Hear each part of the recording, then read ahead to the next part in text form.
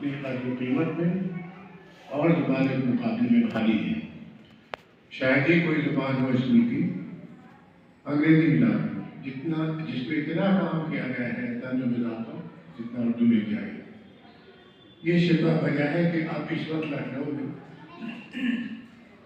بہت اچھا کام کرنے والے نہیں ہیں، اور اگر ہوں گے تو ابھی پردے میں ہیں کہ ان کو پہچان نہیں پائے ہیں، لیکن یہ روایت بڑی مضبوط ہے اور اس کا بڑا سماجی ایک فائدے کا کام ہے کہ بہت سی چیزیں خاص طور سے جب ملک قید و بندی کی حالت میں، جیسے پاکستان میں بہت وقت ایسے گزرے جب لوگ کھل کے باتیں نہیں کر سکتے تھے، فوج کا کنٹرول رہتا تھا، تو اگر کوئی چیز کہہ دیں تو پکڑے جاتے تھے، جیل میں ڈال دیے جاتے تھے۔